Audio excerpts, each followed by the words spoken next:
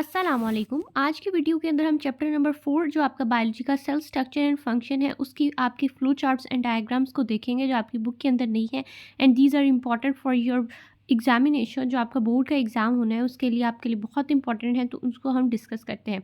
अगर आप चैनल पर नए हैं तो जल्दी से आपने चैनल को सब्सक्राइब कर देना है, और अगर आपका मज़ीद कोई क्वेश्चन हो तो आप मुझे कमेंट डाउन कर सकते हैं।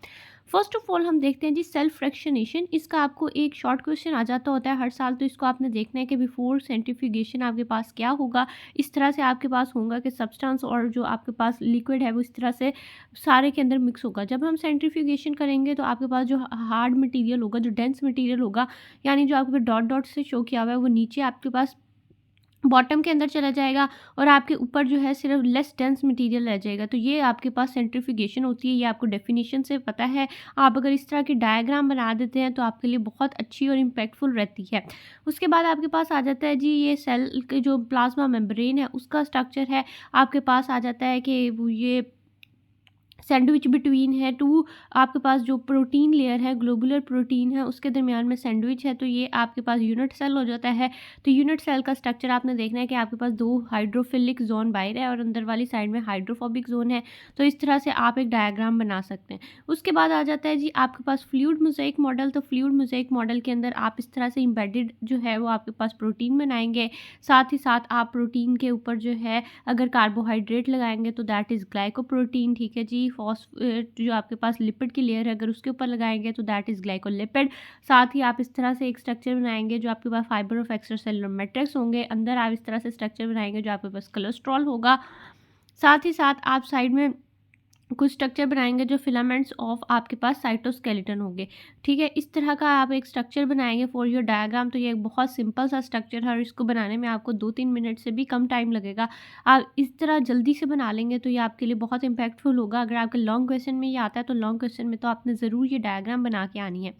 फर्दर हमारे पास आ जाता है फेगोसाइटोसिस, पिनोसाइटोसिस। तो ये तो हर साल आपके पास शॉर्ट क्वेश्चन आ जाता है। कभी डिफरेंस पूछ लेते हैं, कभी एक को डिफाइन पूछ लेते हैं।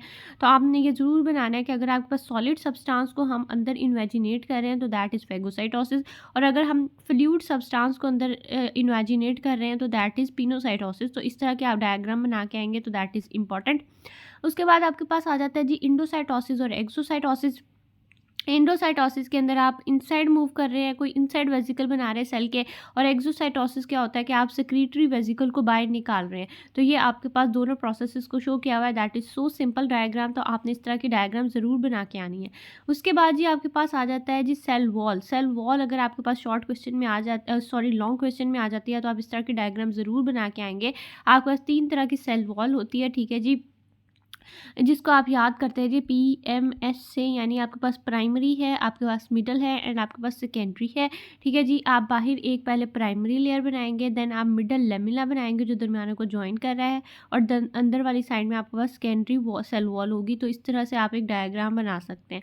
उसके बाद जी हमारे पास आ जाता है जी साइटोप्लाज्म। तो साइटोप्लाज्म के लिए आपने क्या करना है, जस्ट एक बाउंड्री बनानी है और उसके अंदर आपने लिखना है साइटोसोल। साइटोसोल जो होता है वो आपका सॉल्युबल पार्ट होता है। वो आपके पास ट्रू सोल्यूशन भी हो सकता है, वो आपके पास कोलाइडल सोल्यूशन भी हो सकता है।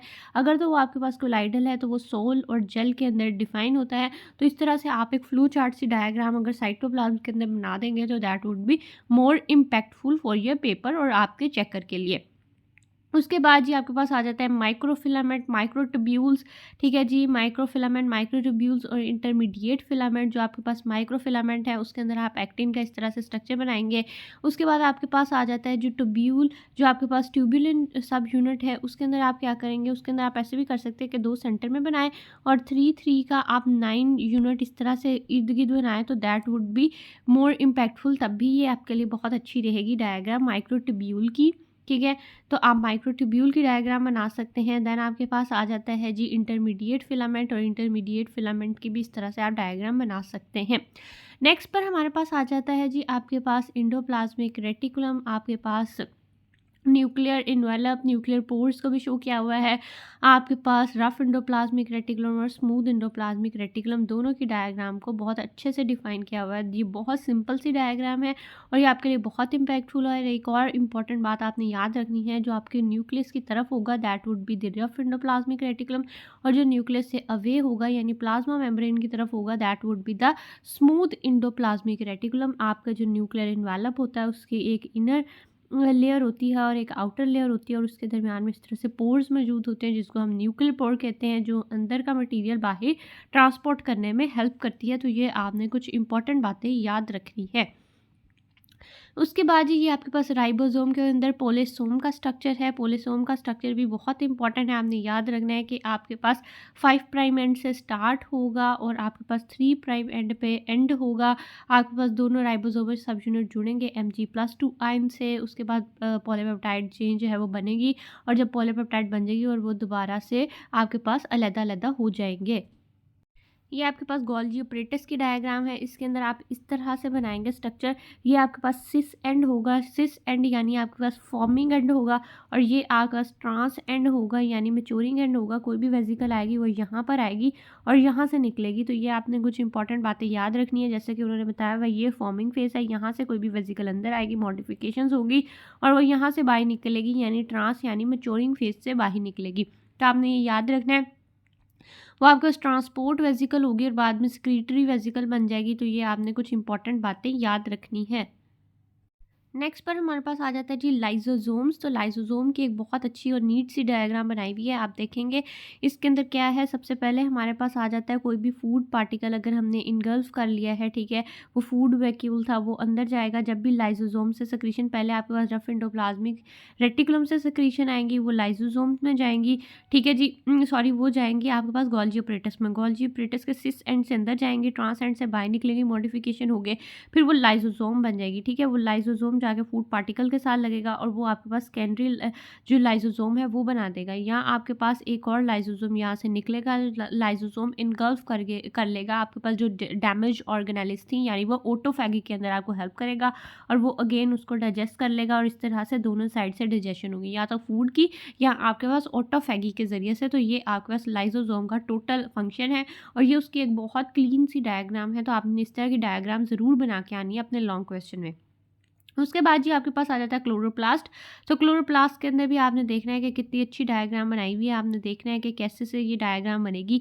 सबसे पहले आपके पास आ जाता है ये जो आपके पास टैग नज़र आ रहा है दैट इज़ थाइलाकॉइड, ठीक है जी, इसको आप ग्रैनम कहते हैं, ठीक है। ये आपकी इनर मेम्ब्रेन है, आउटर मेम्ब्रेन है, इसके अंदर जो मटीरियल होगा दैट इज़ द स्ट्रोमा, ठीक है जी, और ये जो आपस में ज्वाइन कर रहा है दैट इज़ इंटरग्रेनम। ये आपने कुछ इंपॉर्टेंट बातें इसकी याद रखनी है। उसके बाद जी आपके पास आ जाता है क्लोरोप्लास्ट क्या फंक्शन करता है, क्रोमोप्लास्ट क्या होता है, ल्यूकोप्लास्ट क्या होता है, ठीक है जी। आपके पास सबसे पहले बनता है एपीप्लास्ट। एपीप्लास्ट जो है वो आगे क्लोरोप्लास्ट बनाता है जिसके अंदर क्लोरोफिल होता है। जब वो क्लोरोफिल नहीं रहता तो that would be the chromoplast जो कलर देता है। उसके बाद आपके पास प्रोप्लास्टिड होती है। प्रोप्लास्टिड जो है वो आपके पास ल्यूकोप्लास्ट बनाती है और साथ ही सबसे पहले प्रोप्लास्टिड होती है जो आपके पास ल्यूकोप्लास्ट भी बनाती है और आपके पास एपीप्लास्ट भी बनाती है। एपीप्लास्ट से आगे बनता है जी क्लोरोप्लास्ट और फर्दर बनता है जी क्रोमोप्लास्ट। तो ये आपका एक बहुत इंपॉर्टेंट फ्लो चार्ट है, आप इसको भी क्लोरोप्लास्ट की डायग्राम के साथ या क्लोरोप्लास्ट के लॉन्ग क्वेश्चन के साथ बना के आ सकते हैं। These are the all diagrams of your 4th chapter cell structure and function की। फर्दर मैं नेक्स्ट वीडियो के अंदर शेयर करूँगी। That is all from my side. Thank you so much.